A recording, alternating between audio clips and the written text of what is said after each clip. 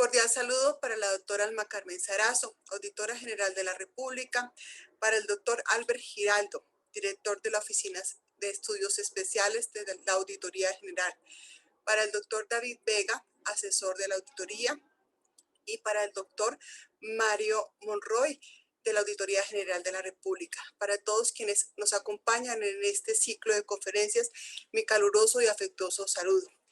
De esta manera, continuamos con el ciclo de las conferencias dirigidas a conocer los aspectos más relevantes de la reforma al control fiscal con el acto legislativo 04 del 18 de septiembre del 2019 y el decreto 403 del 16 de marzo del presente año, por medio del cual se dictaron normas para su correcta implementación.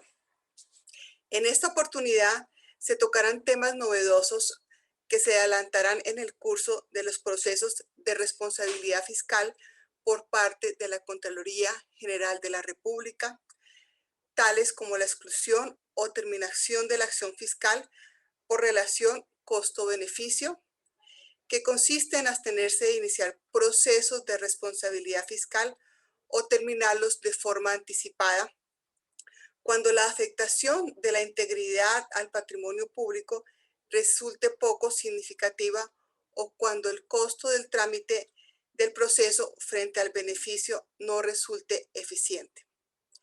Igualmente, se crean beneficios por colaboración cuando quienes hayan participado en el hecho generador del daño al patrimonio público proporcionen información pertinente, conducente y útil o entreguen pruebas sobre la existencia de las conductas, la identificación de participantes y la ubicación de los recursos públicos. Además, se incluirá el tema de la indexación de los fallos de responsabilidad fiscal a solicitud de algunas contralorías territoriales, así como los cambios a los procedimientos administrativos sancionatorio y al procedimiento del cobro coactivo, que rigen a partir de la publicación del decreto 403 del 2020. Los temas a tratar que abordaremos en esta tercera conferencia son los siguientes: exclusión o terminación de la acción fiscal por relación costo-beneficio, beneficios por colaboración, indexación del fallo y procedimiento administrativo sancionatorio fiscal. Es así como continuamos con nuestra tercera conferencia y me permito dar nuevamente la bienvenida a la doctora Gloria Liliana Rodríguez, nuestra conferencista. Tiene usted, doctora Gloria Liliana, el uso de la palabra. Buenos días a todos. Muchas gracias, doctora Julie. Bueno, pues en esta horita y cuarto más o menos vamos a estar hablando de los temas de efectivamente la exclusión y la terminación de la acción fiscal por relación costo-beneficio, que acaba de ser reglamentada por el Contralor General al interior de la Contraloría. Vamos a ver también los beneficios por colaboración y cómo se indexarían los fallos de responsabilidad fiscal, pues esto fue a petición de las territoriales. Veremos también algunos cambios o digamos más bien como la creación del régimen del procedimiento administrativo sancionatorio fiscal, que de todas formas irá de la mano con el procedimiento que establece la ley 1437-2011, que es nuestro Código de Procedimiento Administrativo y de lo Contencioso Administrativo. Entonces, iniciemos con lo que corresponde a la exclusión o terminación de la acción fiscal por relación costo-beneficio.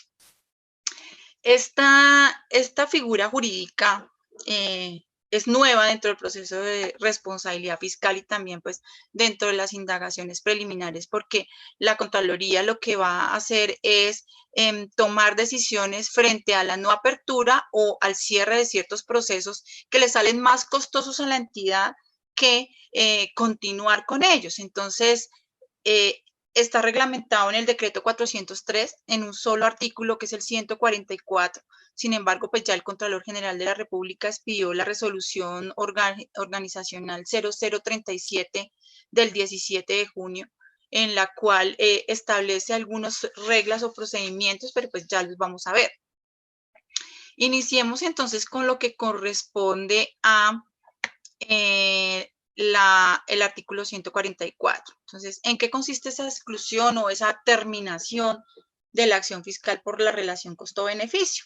Entonces, como les decía, es cuando la Contraloría General de la República, porque es una atribución propia para nosotros, no para las territoriales, puede abstenerse de iniciar procesos de responsabilidad fiscal o también terminar los procesos anticipadamente. ¿Sí? ¿Cuándo? Cuando la afectación de la integridad del patrimonio público sea poco significante. Entonces esperábamos que de pronto la resolución nos dijera o nos señalara que es poco significante, pero entendemos que si es costo-beneficio se refiere a la cuantía.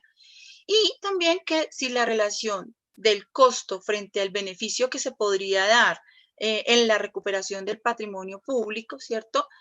Tanto en el trámite del proceso y el cobro coactivo, este recurso digamos, el resarcimiento como tal no sea efectivo, no sea eficiente. Entonces, la Contraloría podrá abstenerse. Esto nos hace recordar de un procedimiento que existía antes del 2000, que era un procedimiento de exoneraciones fiscales que tenía que ver cuando a los funcionarios públicos se les perdían algunos elementos de trabajo que antes se adelantaba por la Contraloría, ya no. Y estas personas, por el costo que tenían esos procesos de la pérdida de elementos, pues no ameritaban un proceso de responsabilidad fiscal. Entonces tenían un trámite distinto. Pues nos lo hace recordar porque se adelantaban como una forma más sumaria y más rápida. En este momento lo que vamos a hacer es que nos vamos a abstener de hacerlo y vamos a mirar la relación costo-beneficio y podremos terminarlos. Entonces, hay procesos que, por ejemplo, van por 2 millones de pesos. Entonces, pues es más digamos, el movimiento de la infraestructura interna de los entes de control, en este caso de la Contraloría, que lo que se pueda recuperar. También es claro decir que esta facultad estaba en ese momento que se expidió el decreto sujeta a que el Contralor General de la República pues la reglamentara y definiera sus lineamientos, pero los lineamientos vienen a ser muy similares, lo único que la resolución como tal trae es como el señalar que es una, digamos, es una figura jurídica facultativa, no va a ser obligatoria ni imperativa entre los procesos de responsabilidad fiscal, ¿cierto? Y que va a existir un comité, incluso en esta semana, en primera semana de diciembre, se estuvieron realizando las elecciones del funcionario que va a ser parte de este comité, porque lo primero que la ley pues nos señala es que va a haber un comité donde va a estar 2 directivos o servidores del nivel directivo que designe el contralor y un servidor del nivel profesional que será escogido por los servidores. Entonces, antier estuvimos en elecciones, ganó, pues, digamos, quedó postulada una compañera de investigaciones. La tarea es un poco ardua en este momento porque no hay nada escrito, están empezando de ceros. Sin embargo, pues la resolución 0037 ya señala que se deben reunir en forma trimestral los primeros 10 días de cada mes. Entonces, pues, de cada trimestre, perdón. Entonces, ya veremos en la marcha cómo se va a dar esta situación. Sin embargo, este comité tiene que expedir en un acta motivada la necesidad de iniciar o de terminar los procesos de responsabilidad fiscal, haciendo una relación de costo-beneficio, explicando, por eso pues, dice motivada, explicando por qué se puede dar. Con la resolución se señala que este comité puede invitar a los funcionarios de conocimiento para que expliquen el caso como tal, la cuantía del caso y el por qué es mayor el costo al beneficio que se puede obtener. Entonces, en este caso, veremos cómo veremos en la marcha cómo se va a dar. La decisión que se apruebe en este comité tiene que ser por la mayoría simple. Entonces, en la resolución dice que mínimo 3 personas, pero esas son las 3 personas que están designadas en el comité y se convierte en una decisión vinculante para el operador jurídico que esté tramitando ese proceso de responsabilidad fiscal. De todas formas, estas observaciones que se realicen en estas actas motivadas y los hechos que constituyen como tal tales detrimentos serán incluidos en los planes de mejoramiento para las entidades y estas entidades serán las que a través de sus oficinas de control interno buscarán de una u otra forma el resarcimiento y le informarán a la Contraloría General de la República cuál ha sido digamos, el seguimiento a ese recurso que no amerita pues la apertura de un proceso de responsabilidad fiscal. Tenemos otra figura jurídica que nos trae el decreto 403, que está dentro del artículo 145 y 148 del decreto, en el que nos trae la figura de beneficios por colaboración. Es una figura novedosa que nunca hubiésemos pensado que pudiese estar dentro del proceso de responsabilidad fiscal, teniendo en cuenta que hablamos del patrimonio público. Pero pues esto ya se encuentra totalmente autorizado por el decreto y es cuando la Contraloría General, porque también es facultativo solo de la Contraloría General, no aplica para las territoriales, le puede conceder beneficios a las personas naturales o jurídicas que hubiesen participado en el hecho generador del daño al patrimonio público, pero con unas condiciones especiales, y es que ellos proporcionen información pertinente, conducente y útil o entreguen pruebas sobre la existencia de dicha conducta, la identificación de otros participantes en el detrimento patrimonial y la ubicación de los recursos públicos. Entonces, tendrá que analizarse si realmente se dan cuando la norma habla de conducencia, pertinencia y utilidad, se prueba, o sea que al valorar esos medios de prueba, que la persona que quiere beneficiarse por la colaboración con el proceso de responsabilidad fiscal o con la Contraloría lo haga, tendrá que hacerse el análisis y la valoración correspondiente. Entonces, es una facultad exclusiva del Contralor General de la República. Él señala quién tiene esta facultad. De todas formas, el funcionario de conocimiento que está llevando el proceso hace parte activa de este procedimiento, que es como un incidente que se adelanta paralelo al proceso de responsabilidad fiscal, y entonces solo va a aplicar a nivel Contraloría General.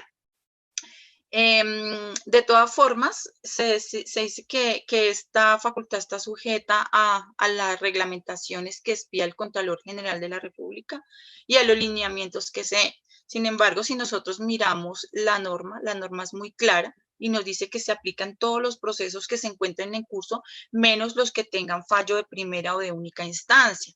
Entonces nos dice, ¿cuándo proceden? Cuando el colaborador no sea el único responsable, porque si solo hay un presunto responsable, pues no podemos hablar de colaboración. Entonces, cuando los presuntos responsables sean numerosos, se podrá aplicar.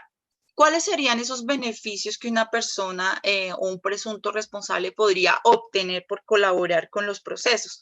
Entonces, podría, digamos, cesársele el archivo, hacérsele cesación y archivo, ya sea parcial o total, y si es parcial, sería frente a determinados hechos o determinadas cuantías.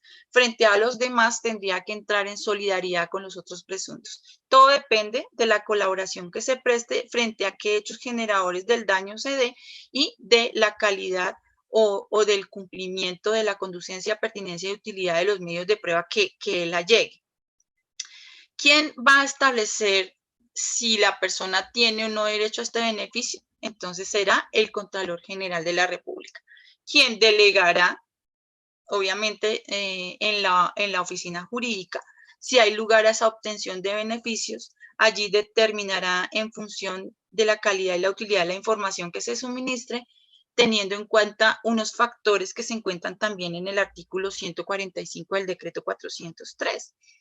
Esos factores que determinan la obtención de estos beneficios tienen relación con la eficacia de la colaboración, ¿sí? Si se pueden esclarecer los hechos con esa participación de ese presunto responsable, si se puede resarcir el daño al patrimonio público, ¿cierto? Entonces, el decreto dice, entendiéndose por colaboración que el suministro de la información y de las pruebas que permitan establecer claramente cuál fue la modalidad, la duración y los efectos de esa conducta que atentó contra el patrimonio público bueno, no atentó, quizás ya existe el daño, porque nosotros cuando abrimos los procesos de responsabilidad fiscal, el daño ya se encuentra materializado como tal, o por lo menos ya se debe decir, se dice que existe el daño porque es el que nos da competencia para asumir.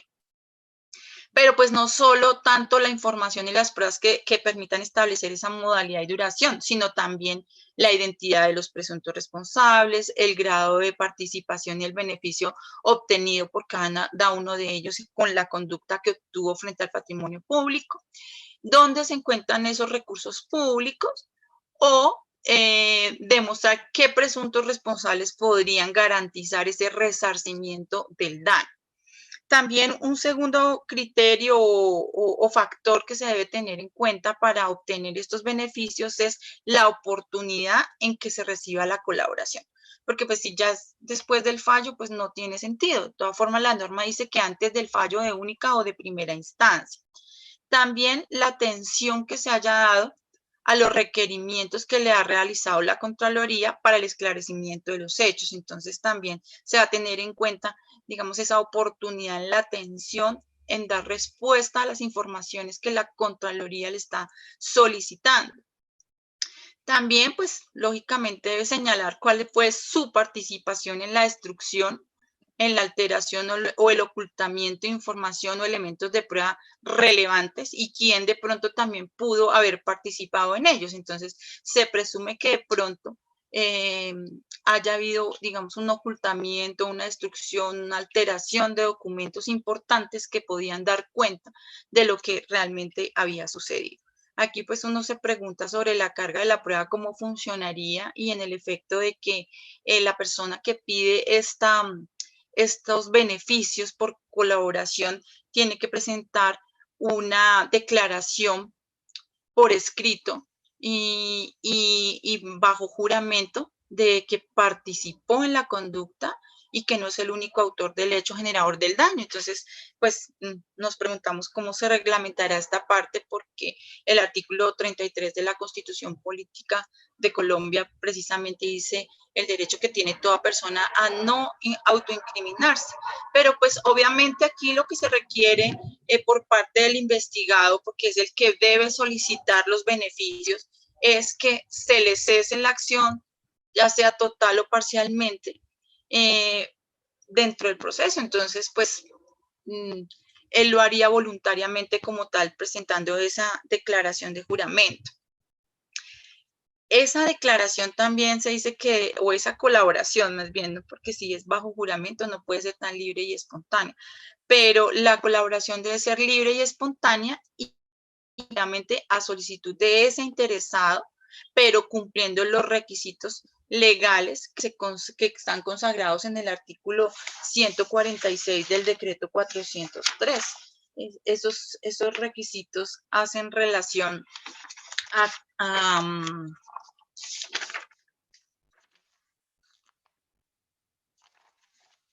hace relación a 7 numerales, entonces en el que está cómo debe hacer la solicitud, dirigida al operador jurídico, en relacionar todas las pruebas que va a presentar, y está pues como tal el procedimiento. Pero pues aquí lo vamos a ver más un poco detenidamente en un trámite, en el trámite que yo les dejé en la diapositiva sobre el trámite incidental de la solicitud de beneficios por colaboración. Entonces allí vamos a encontrar que el implicado solicita el beneficio, ¿cierto? Lo hace por escrito, antes del fallo de primera o de única instancia. Si es ante así no existe una actuación, porque no es solo dentro del proceso de responsabilidad fiscal, sino si no existe una actuación como tal todavía que se haya abierto, pero se va a abrir, entonces la puede hacer ante el Contralor General de la República. Y si es un proceso de responsabilidad fiscal, pues que hay que presentarlo ante el operador jurídico que está conociendo de ese proceso, de esa actuación. Este operador jurídico o el contralor, cuando no hubo actuación, hacen el análisis o la evaluación del mérito que les da esa colaboración. Si hay una utilidad en lo que se está presentando en el escrito de solicitud de colaboración. Si no es útil, si no es oportuno, pues se le comunica al solicitante y pues contra esa decisión no hay recurso alguno, porque este es un trámite incidental, pero de todas formas no se contempla un recurso cuando se rechaza la solicitud por beneficios por colaboración. Si se considera que es útil y oportuno, lo que se hace es una entrevista con el presunto. Entonces, se cita una entrevista, se redacta un acta con los puntos principales que se pueden dar dentro del convenio de colaboración. Entonces, por ejemplo, la información, las pruebas que se pretenden allegar y que se van a adjuntar una vez se suscriba ese convenio. Entonces, en esta entrevista se coloca todo lo que el informante, digamos, el presunto responsable o la persona que solicita esos beneficios por colaboración presentó y este se le remite al contralor. El contralor puede delegarlo en otra persona y entonces esta persona puede estudiarlo. Se tiene que esto lo va a hacer la oficina jurídica. Si el delegado o el contralor lo rechazan, pues se devuelve y no hay ningún trámite y tampoco tiene ningún recurso. Pero si se aprueba, entonces se va a suscribir el convenio de colaboración. Entonces el funcionario competente del proceso o el que corresponda, si no hubo trámite porque se presentó ante el contralor, será el que proyecta y suscribe junto con el contralor o con la persona que él delegó y la persona que firma el convenio de colaboración. O sea, firmaría el solicitante, el contralor y el funcionario de conocimiento del proceso que recibió esa solicitud. Si se dan los requisitos porque se reciben las pruebas suministradas, se evalúa y se califica de conformidad con la sana crítica para el cumplimiento de los requisitos y los criterios para el acceso a los beneficios, conducencia, pertinencia, utilidad. Entonces, se dice que se cumplen los requisitos, las pruebas se incorporan al proceso mediante una providencia y pues se da por efectivo ese beneficio por colaboración.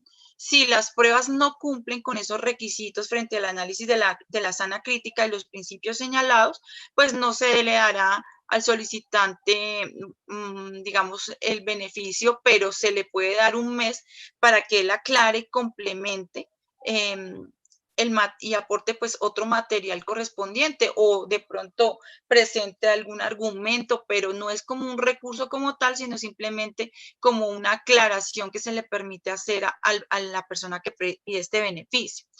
Pues si cumple, entonces pues las pruebas igual van al expediente, se califican nuevamente y pues si cumple los criterios establecidos, se aprueba el convenio por colaboración.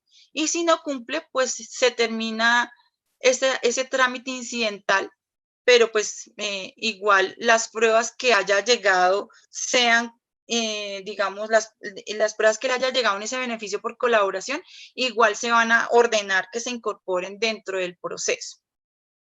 Los contenidos, el contenido de ese convenio por colaboración, pues debe describir claramente la información y las pruebas, debe estar la declaración escrita bajo la gravedad del juramento, en la que consta que esa persona participó en la conducta, que no es el único autor del hecho generador del daño, porque pues es uno de los requisitos como tal, que no sea único presunto responsable. Se indica si se va a cesar total o parcialmente la acción fiscal respecto de esa persona, se califican las pruebas que esa persona entregó y se establece si cumplen los requisitos y los criterios establecidos en el decreto para dar los beneficios.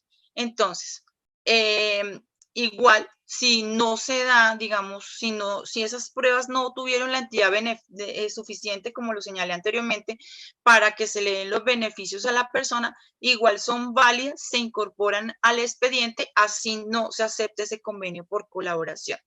De todas formas,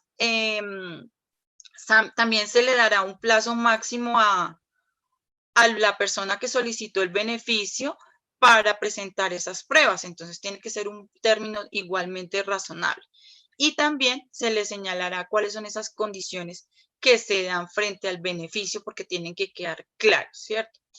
Los efectos del beneficio son esos, el de cesarle la acción fiscal, ya sea total o parcialmente, ¿cierto? Entonces, significa que en lo no aceptado, pues será responsable solidariamente con los demás, y en lo demás, pues se cesará y se le dejará pues indemne la solidaridad que pudiese llegar a tener con los otros hechos del proceso, con las otras personas que materializaron esos hechos de daño al patrimonio público.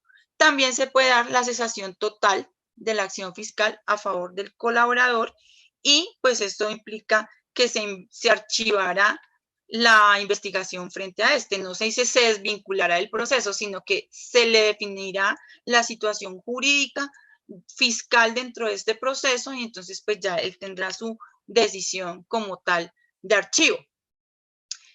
Pasamos a otro tema que pues ustedes han querido que toquemos, y es la indexación de los fallos con responsabilidad fiscal, ¿sí? Este tema pues pareciese que no tuviese mucha problemática, pero sí la tiene, porque en las entidades, en las contralorías territoriales, cuando se solicita pagar por parte de un presunto responsable, las territoriales le reciben el daño patrimonial por el cual se abrió el proceso, mientras que en la Contraloría General de la República nosotros hacemos indexación, ¿sí? El argumento es que cuando la persona paga, pues antes va y paga, y pues se le recibe, porque pues peor es no recibir nada. En cambio, nosotros hemos analizado ciertas decisiones del Consejo de Estado que pues si bien no son obligatorias porque son de la Sala de Consulta y Servicio Civil, pues se nos hace importante tenerlas en cuenta. Entonces tenemos un concepto donde señalamos que así se cese la acción fiscal por pago o se vaya a pagar dentro del proceso, la cuantía se debe indexar, porque la ley 610 y la jurisprudencia habla de la reparación integral del daño, y que el daño pues incluye ese daño emergente y ese lucro cesante, y eso implica la indexación, porque no es lo mismo 100 millones de pesos hace 5 años que son a lo que son hoy. Entonces pues el Estado no tiene por qué perder ese dinero. Entonces algunos piensan pues que eso sería cobrarle más cuando tiene voluntad de pago, pero pues veamos el análisis como tal. El artículo 53 de la ley 610 del 2000 nos dice que los fallos con responsabilidad deben determinar en forma clara y precisa cuál es la cuantía del daño que se causó, y que esa cuantía debe actualizarse al valor presente al momento en que se toma la decisión, según los índices de precios al consumidor certificados por el DAN. Entonces, como la norma dice, los fallos con responsabilidad fiscal, pues en los procesos de responsabilidad fiscal no se indexa hasta que se produce el fallo con responsabilidad fiscal. Sin embargo, pues debemos tener en cuenta qué es la indexación. Entonces, el Consejo de Estado ha señalado que la indexación de la obligación es una figura que es una respuesta a un fenómeno económico derivado del proceso de la moneda, cuya finalidad última es conservar en el tiempo su poder adquisitivo. Entonces, ustedes saben que es actualizar el valor de la pérdida, o actualizar la pérdida del valor adquisitivo de la moneda. Entonces, el Consejo de Estado así lo ha decidido, o lo ha señalado, o lo ha definido. Yo ahí en la diapositiva les dejé la sentencia del Consejo de Estado que corresponde, que es la radicada con el número 1564, y entonces nos dice el mismo, la doctrina también, que la regla de la indexación es muy simple, porque lo que busca es dejar indemne a la persona que ha sufrido el daño, como si el daño no hubiese ocurrido. Pero eso no solo lo dice la doctrina, pero yo les traigo aquí una cita del doctor Juan Carlos Henao, de la Universidad Externado de Colombia, en donde él en su libro lo señala, pero pues esto no lo señala el motu propio, sino es lo que realmente ha dicho la Corte Constitucional. Entonces, si ustedes miran sentencias sobre las indexaciones o sobre esa actualización de la pérdida del valor adquisitivo de la moneda, encuentran que la Corte Constitucional se refiere a ella pues de una forma muy graciosa, pero que es muy explícita, que dice que la indexación es incolora, ni le quita ni le pone al daño, que es una situación de justicia y de equidad para actualizar el precio de los dineros a la fecha en que se pagan. Entonces, si hace lo que les decía, si hace 5 años un presunto responsable se apropió de recursos por el orden de 1.000 millones de pesos, pues los 1.000 millones de pesos a hoy no son igual. Entonces, hay que hacer mínimo la indexación. Existen normas que de pronto nos dicen que los dineros se deben devolver con los intereses moratorios, pero tiene que ser normas específicas, como por ejemplo en el sector salud, cuando una EPS hace incurrir en error a quien maneja los fondos de la salud, tiene una sanción, y es que tiene que devolver los recursos que recobró al Estado con intereses, no dice con actualización del IPC. Entonces hay momentos en que nosotros no hemos actualizado al IPC, sino hemos aplicado las normas que señalan cuáles son las sanciones por quedarse con recursos públicos y hacer incurrir al Estado en un error para que los erogue como tal. Entonces aquí el doctor Henao también nos dice, se debe indemnizar el daño, solo el daño y nada más que el daño, y que en palabras de la Corte Constitucional, el resarcimiento del perjuicio debe guardar correspondencia directa con la magnitud del daño causado, mas no puede superar ese límite. Entonces, aquí yo les dejo como tal esa parte que corresponde. Frente a la jurisprudencia y la doctrina, pues allí les señalé la del Consejo de Estado y lo que ha dicho la doctrina. Pero entonces, si se aplica el archivo, ¿qué pasa? ¿Cierto? Entonces hay un concepto que es el concepto 1497 del año 2003, que es de la Sala de Consulta y Servicio Civil, donde se le hizo expresamente esa consulta a la sala, ¿cierto? Por parte del gobierno, donde le dice que si se resarcen los daños antes de culminar el proceso, y como el artículo 53 nos dice que es en el fallo la indexación, ¿qué pasaría? Entonces, la sala dice que en su criterio, el resarcimiento del perjuicio induce o señala o supone como tal que ha habido una configuración de la responsabilidad fiscal y que cuando una persona paga es como si se hubiese producido un fallo con responsabilidad fiscal y por ello es aplicable el artículo 53 y por ello se debe determinar en forma precisa la cuantía del daño y su indexación. Entonces, no es, digamos, algo que nosotros a capricho o en la Contraloría se haya estudiado de esa manera, porque pues yo recuerdo que estudiamos muchísimo el tema porque cuando íbamos a dar capacitaciones a las territoriales nos decían lo mismo y tiene sus argumentos jurídicos y pues pienso yo que con estas figuras del beneficio por colaboración se debió de una u otra forma haber señalado esa situación, pero pues no se reguló ni se dijo que en el archivo debe ser indexado para que la reparación sea integral. Sin embargo, pues recordemos lo que nos dijo el doctor Jaime Araujo Rentería en la C840 del 2001, que nos dijo que el objeto de la responsabilidad fiscal es el resarcimiento de los daños ocasionados al patrimonio público como consecuencia de la conducta dolosa o culposa de quienes realizan gestión fiscal. Y esa reparación debe enmendar integralmente los perjuicios que se hayan causado. Esto es, incorporando daño emergente, lucro cesante y la indexación a que da lugar el deterioro del valor adquisitivo de la moneda. En materia de responsabilidad fiscal está proscrita toda forma de responsabilidad objetiva.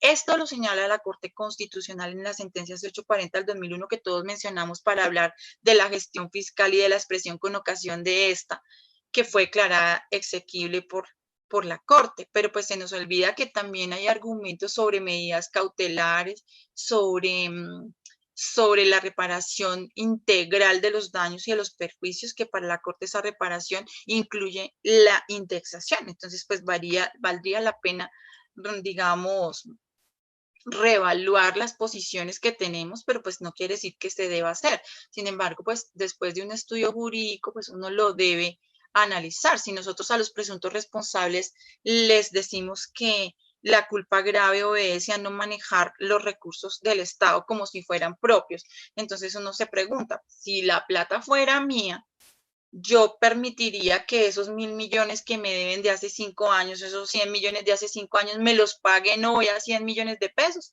o pediría la indexación o los intereses.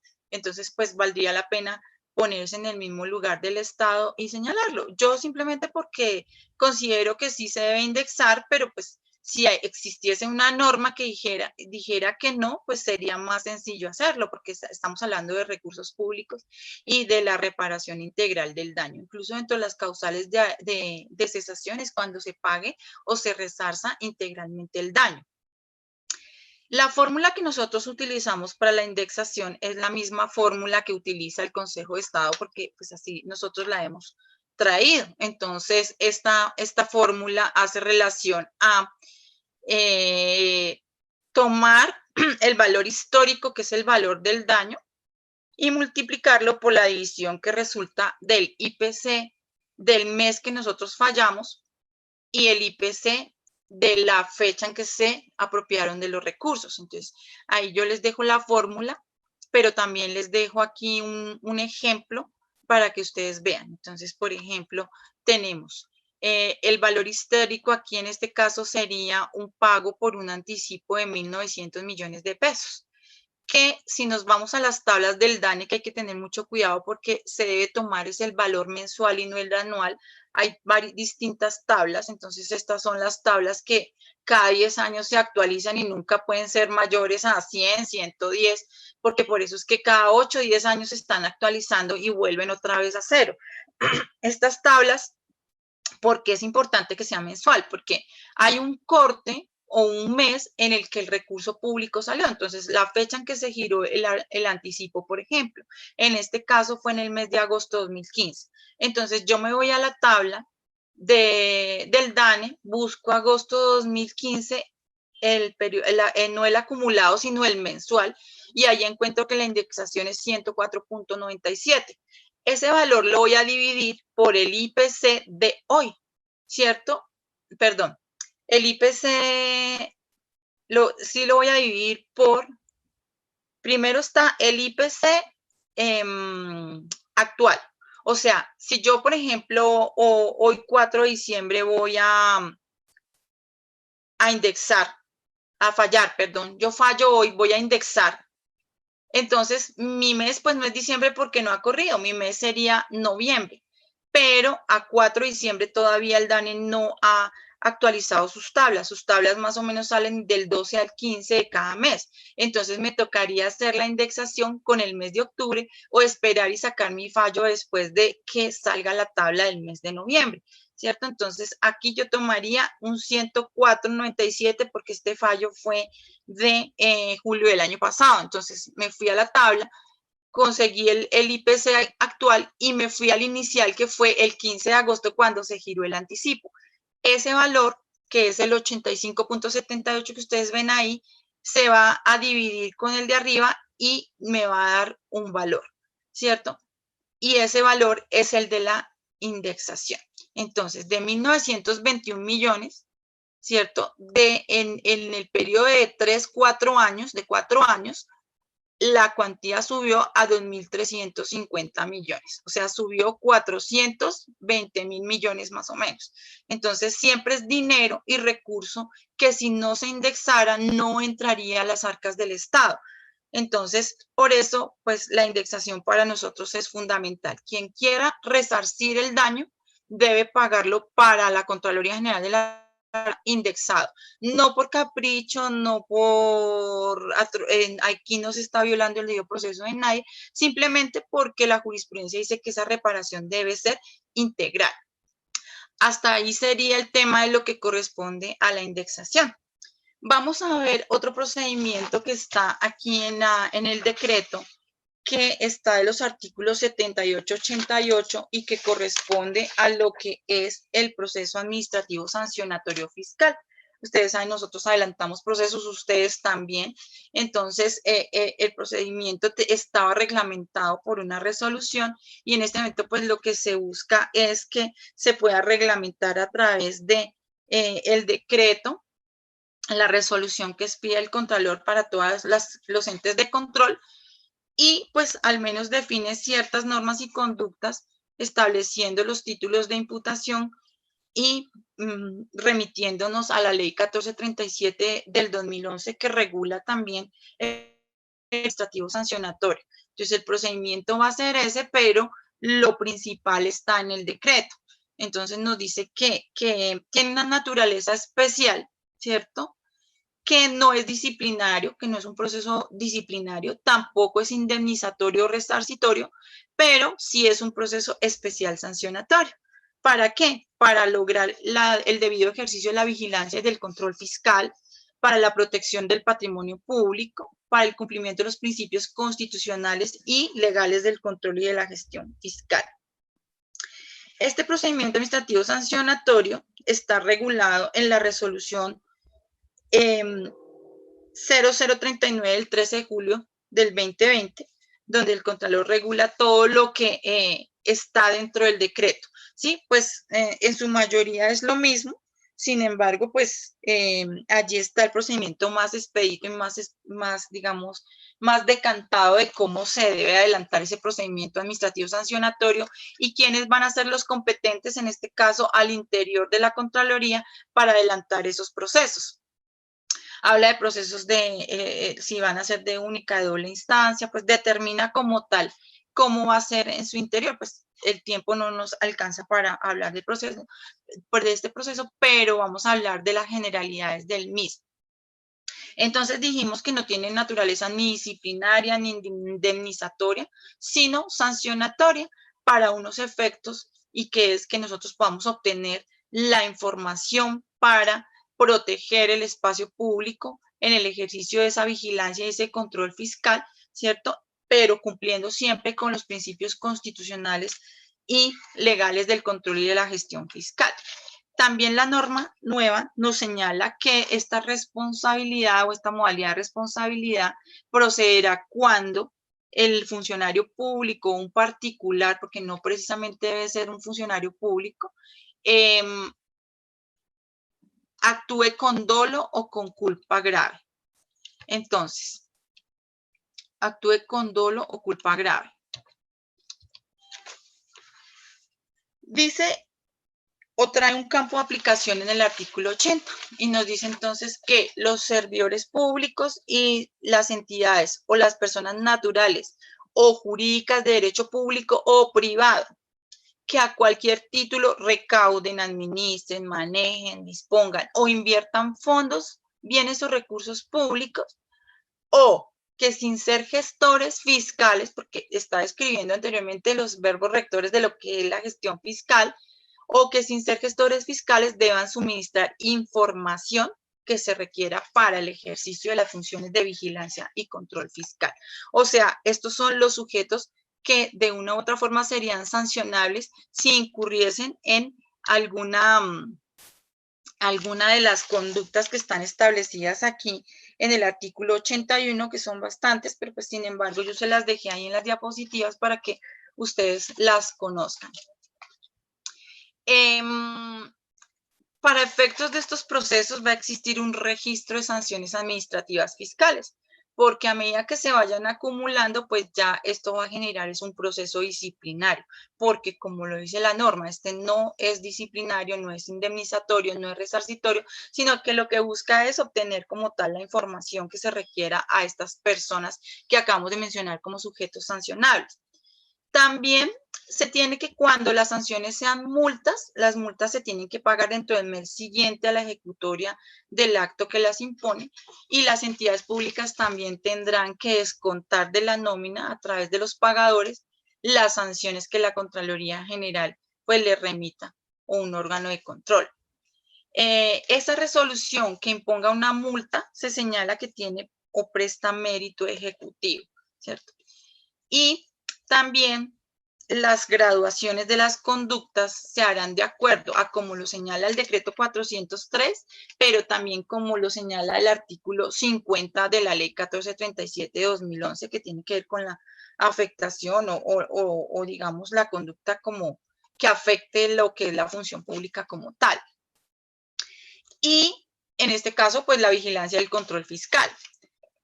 Y el procedimiento se va a adelantar de conformidad con la ley 1437 de 2011. Entonces, más o menos allá, a partir del artículo 47 de la ley 1437, tenemos un procedimiento donde cuando se hace como una investigación previa o preliminar muy sucinta, muy pequeña, para poder presentar una formulación de cargos. esa formulación de cargos es un acto que debe contener los hechos, las normas violadas, las sanciones que se van a imponer y tiene que reunir ciertos requisitos para poderse expedir. Una vez se profiere esa formulación de cargos, se notifica personalmente y se le dan 15 días a la presunta persona investigada a sancionar para que presente descargos frente a esa formulación de cargos. Posteriormente viene una etapa probatoria y finalmente una etapa de alegatos de conclusión que son de 10 días. Y posteriormente viene el fallo de primera instancia. Ese fallo tiene recursos de reposición y apelación. Lo que el decreto como tal no señala es si se aplica el silencio administrativo que está regulado en el artículo 52 del CEPAC, que hace relación a que desde la ocurrencia de la conducta como tal hasta el momento que se profiera la decisión de primera instancia, no pueden pasar más de 3 años o hay caducidad de la sanción.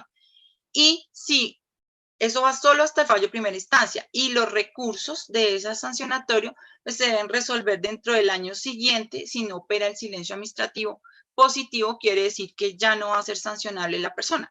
Pero pues lógicamente que si estamos requiriendo la información por la Contraloría, pues estos procesos sancionatorios no pueden demorar mucho tiempo. Sin embargo, pues revisando la norma en ninguna parte lo señala, simplemente dice que el procedimiento se adelantará de conformidad como lo dice el CEPAC. Entonces, ese será el procedimiento, no habrá otro, ese será el procedimiento como tal. Las sanciones pueden ser de multa y de suspensión. La multa es de 1 a 150 salarios devengados por el sancionado para la época de los hechos y para los particulares va a ser de 5 a 10 salarios mínimos mensuales legales vigentes. Entonces, esos 1 a 150 salarios devengados es para los funcionarios públicos y para los particulares será de 5 a 10 salarios mínimos legales mensuales vigentes. También la segunda sanción será suspensión, no hay más, multas o suspensión. Y la suspensión será la separación temporal del cargo del servidor público hasta por 180 días, o sea, 6 meses. Pero para la imposición de esas sanciones, la ley trae unos criterios especiales. Entonces, dice que cuando los sujetos sancionables incurran en una o varias de las conductas tipificadas a título de culpa o dolo, salvo en los casos en que concurran los criterios para la imposición de la sanción de suspensión. Entonces, aquí en el artículo 81 están estas conductas como tal. Pues, la tipificación se tendrá en cuenta de acuerdo a como lo diga el CEPACA y de acuerdo a digamos,